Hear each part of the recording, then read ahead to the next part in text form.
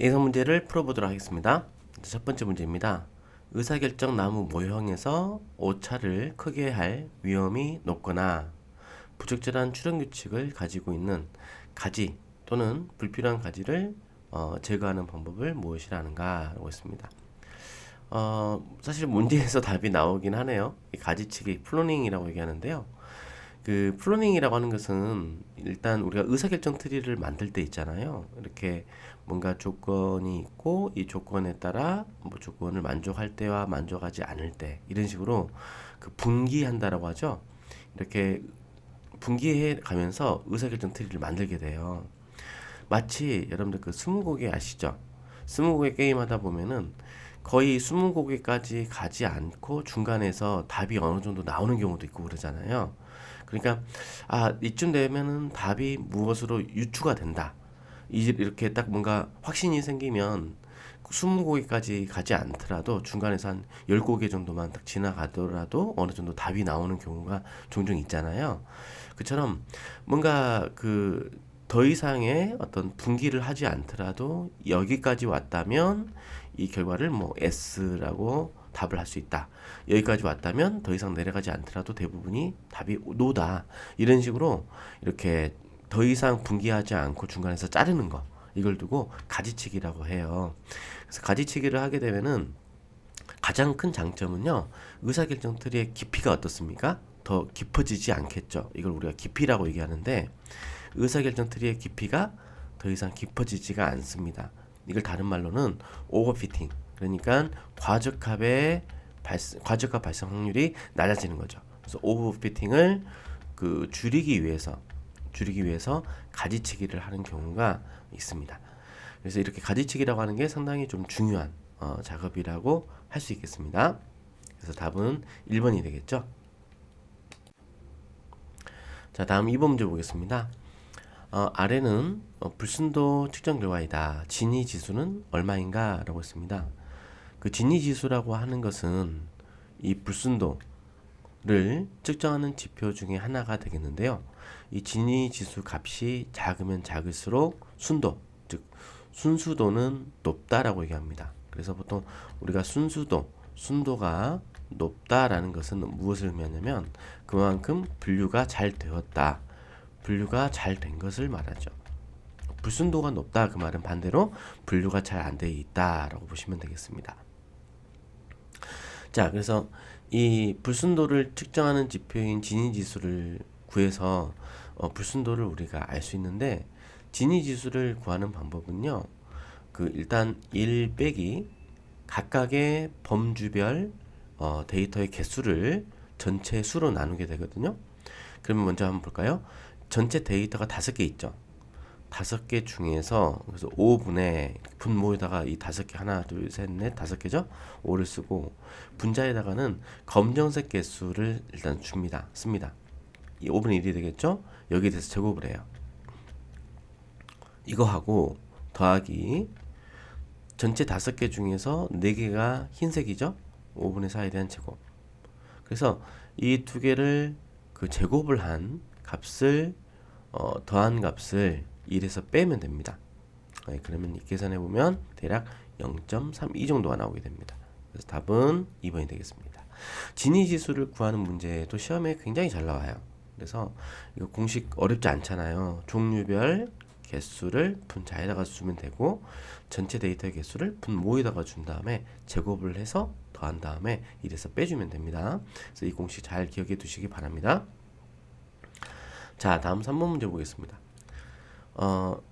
다음 앙상블 모형 중에서 매번 분할을 수행할 때마다 설명 변수의 일부분만을 고려하여 성능을 높이는 방법은 무엇인가? 라고 했습니다. 자, 일단 앙상블 모형이라고 하는 것에는 여러 가지 알고리즘들이 있죠. 그래서 이 앙상블 기법 중에서 여러 개의 의사 결정 트리, 즉 디시전 트리, 의사 결정 트리를 여러 개를 생성을 하고 각각의 그 트리가 예측한 결과값들을 종합해서 최종 예측을 수행하는 걸 뭐라고 하죠? 랜덤 포레스트라고 얘기합니다.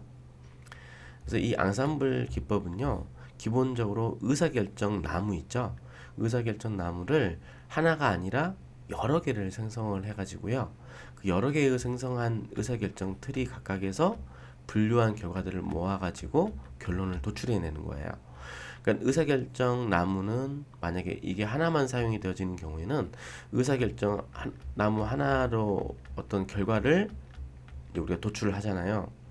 근데 이런 의사결정 나무가 하나가 아니라 여러 개가 있는 거죠. 이렇게 여러 개가 있는 거죠. 그래서 예를 들어서 첫 번째 의사결정 나무에서는 S, 두 번째도 S, 세 번째 의사결정 나무에서는 No라고 답을 했다. 그러면 2대 1이니까 결과는 Yes라고 답을 하는 거죠. 이렇게 결정하는 것이 바로 랜덤 포레스트입니다. 그 포레스트란 말이 나무들이 우거져서 그 구성이 되어지는 숲이라고 할 수가 있는 거 아니겠어요? 그러니까 이 숲을 구성하는데 의사결정 나무를 구성을 할 때 이런 설명 변수를 랜덤하게 선택해서 의사결정 나무를 가지고 포레스트를 구성하게 돼요. 그래서 랜덤 포레스트라고 부릅니다. 굉장히 성능이 좋은 알고리즘 중에 하나예요. 네, 그래서 랜덤 포레스트 기억해 두시기 바랍니다. 자, 다음 또 4번 문제 볼까요? 독립 변수, 즉 설명 변수가 수치형 변수이고 수치형 데이터이고 종속 변수, 반응 변수가 범주형인 경우에 적용되는 회귀 모형은 무엇인가? 라고 했습니다. 자, 이것은 뭐 로지스틱 회귀 모형이죠. 이 로지스틱 회귀 모형은요, 그 독립 변수가 일단은 수치로 주어져 있는 상태에서 종속 변수를 범주형인 종속 변수를 그 분류하기 위한 목적으로 사용합니다. 예를 들어서 국어, 영어, 수학 점수가 있고 합격이냐 불합격이냐를 나타낸 여부, 이렇게 데이터가 있는 거죠. 점수가 이렇게 있습니다. 그리고 합격, 이런 식으로 이와 같은 국어, 영어, 수학과 같은 변수를 우리가 설명 변수라고 얘기를 해요. 이런 얘네들이 수치형 변수이고, 그 다음에 종속 변수, 이 종속 변수, 이걸 반응 변수라고 얘기하는데, 이게 범주형이다 그 말은 합격이냐 불합격이냐, 아니면 뭐 학점 같은 거 A, B, C, D, F 이런 것들이 전부 다 범주형이죠. 그래서 이런 형태의 데이터를 가지고 회계 분석을 하는 그런 모형이 되겠습니다. 그래서 로이스트 회계 모형이라고 부르고요.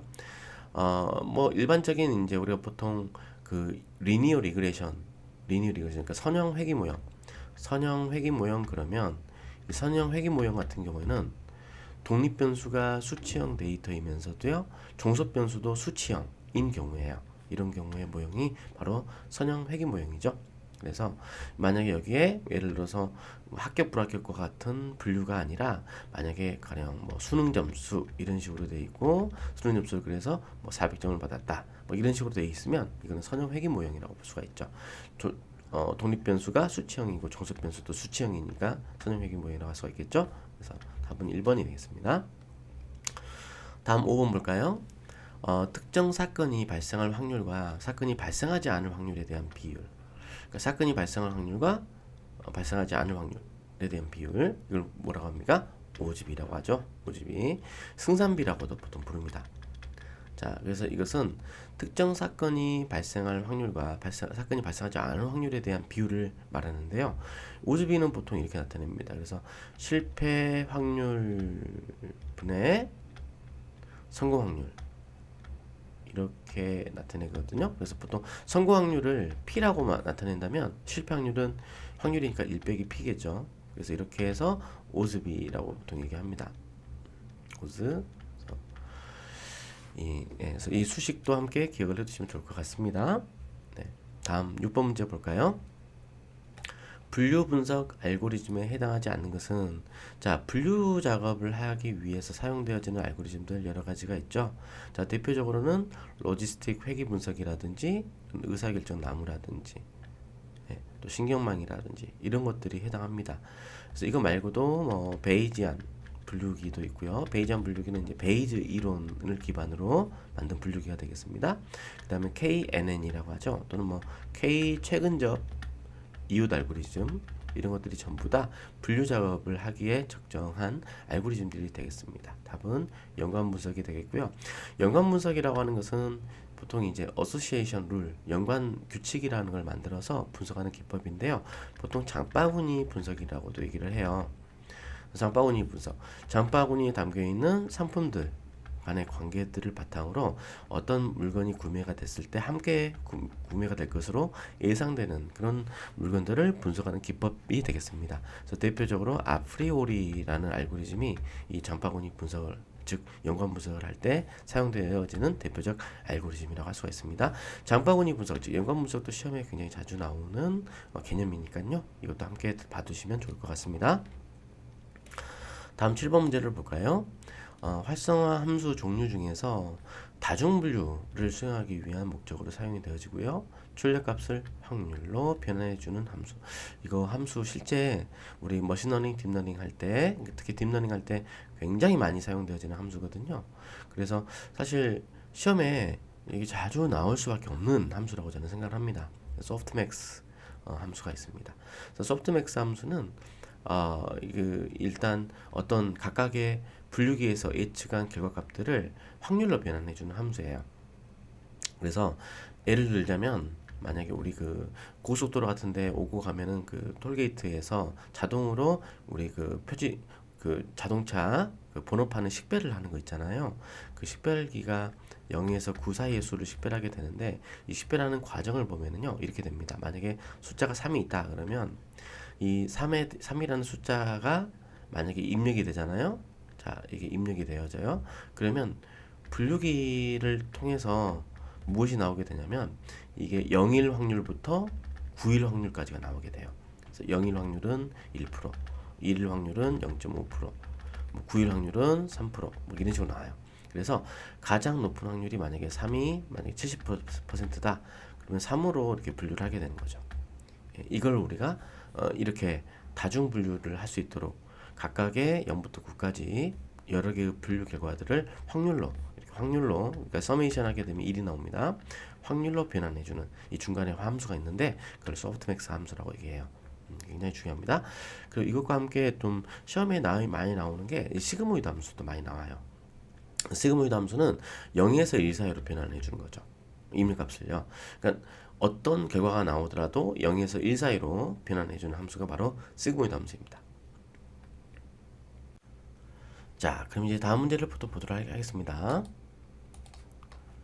자, 역전파 알고리즘이 출력층에서 입력층으로 갈수록 기울기가 점차 작아져 0에 가깝게 되면서 가중치가 업데이트가 더 이상 되지 않는 현상을 무엇이라는가? 이것은 기울기 소실이라고 합니다.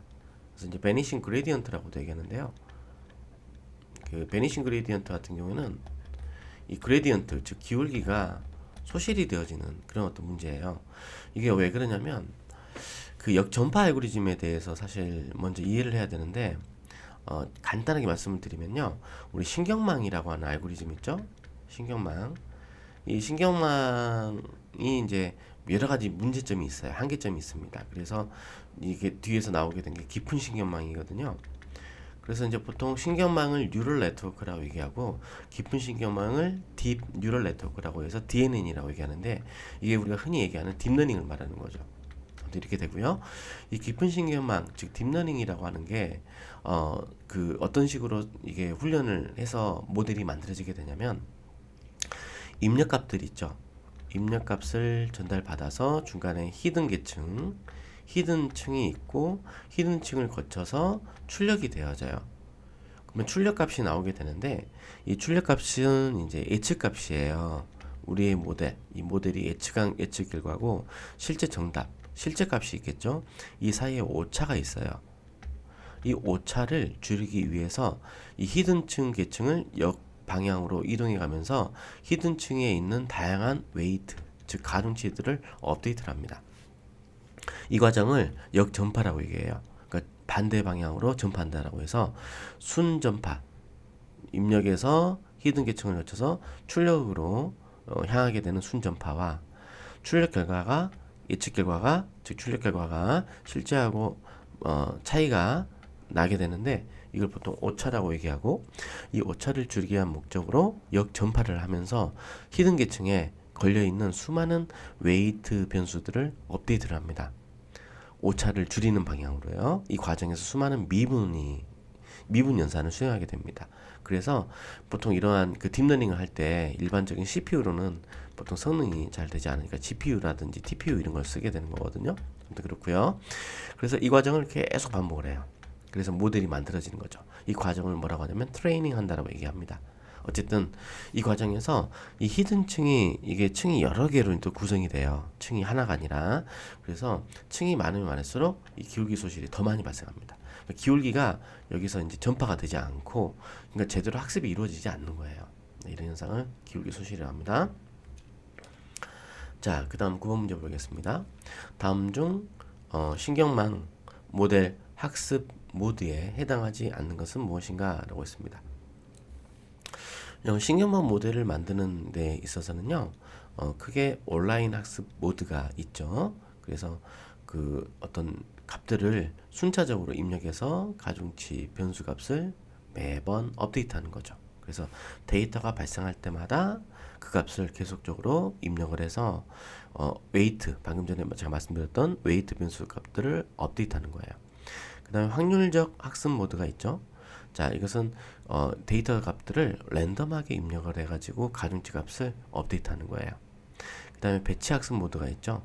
이건 데이터를 모아가지고요, 전체 데이터를 한 번에 동시에 이제 입력해서 학습하는 기법이에요. 그래서 이렇게 세 가지가 있고요. 직역 학습 모드는 존재하지 않습니다. 그래서 답은 4번이 되겠습니다. 10번 입력으로부터 전달받은 값을 연산하는 결과를 내보낼 때 사용하는 함수를 무엇이라는가? 그러니까 입력받은 값을 연산을 해서 그 결과를 또 이렇게 출력하는 함수, 그 과정에서 중간에 사용되어지는 함수, 이걸 우리는 활성화 함수라고 부르죠. 액티베이션 펑션이라고 부릅니다. 그래서 입력으로부터 전달받은 값을 연산하는 결과를 내보낼 때 사용하는 함수인데요.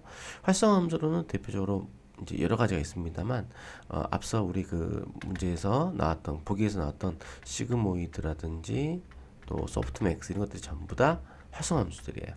소프트맥스, 또 렐루라든지 또 쌍곡 탄젠트 10H 하이퍼볼릭 탄젠트 함수라고 합니다. 이것도 있고, 또 리키렐루라는 것도 있어요. 리키렐루도 있고요. 또 스텝 펑션 계단 함수라는 것도 있고, 또 뭐 부호 함수도 있고, 이렇게 굉장히 많이 있습니다. 종류가. 이런 것들이 전부 다 활성화 함수들입니다. 자, 다음 11번 문제 보겠습니다. 다음 중 앙상블 방법의 종류가 아닌 것은 무엇인가? 라고 했습니다. 일단 배깅, 스태킹, 부스팅 전부 다 앙상블 기법들이죠. 그래서 앙상블의 종류들이고, 의사결정 나무가 답이 되겠습니다. 그래서 의사결정 나무 자체는 이 그냥 나무 한 그루가 있는 거잖아요. 여러 개를 혼합해서 앙상블해서 만든 모델이 아니죠. 네. 그래서 이렇게 세 가지가 있습니다. 다음 이제 12번 문제를 보도록 하겠습니다. 반응 변수가 범주형인 경우에 적용하는 회귀 분석 모델이라고 했습니다. 그래서 앞서 나왔던 문제하고 상당히 유사한 문제가 되겠네요. 일단 로지스틱 회귀 모델이 되겠죠. 그래서 이 로지스틱 회귀 모델에서는 반응 변수가 범주인 경우에 사용을 하게 된다. 다중 회귀 분석은 뭔가요? 변수가 여러 개가 있는 거죠.